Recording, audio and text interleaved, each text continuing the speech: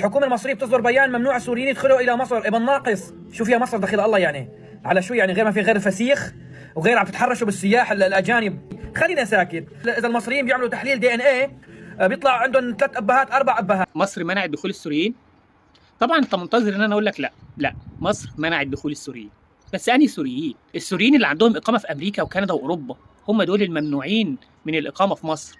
لكن السوري اللي ما عندوش حته يقيم فيها، ما عندوش اقامه في حته، فواجب مصر انها تشيله ونشيله على راسنا. لكن انت واللي زيك تستحقوا انه يحكمك فعلا بشار. وانت، انا بتكلم عليك انت، مش كالسوريين زي انت ما بتتكلم على حد مثلا او على حاله بتقول المصريين. لا، انت لا تمثل السوريين، انت لا تمثل الا نفسك. ويمكن ده هتشوفه في التعليقات لو حد من السوريين علق. انت اللي زيك اتعملت عشانهم سجون صدنايه.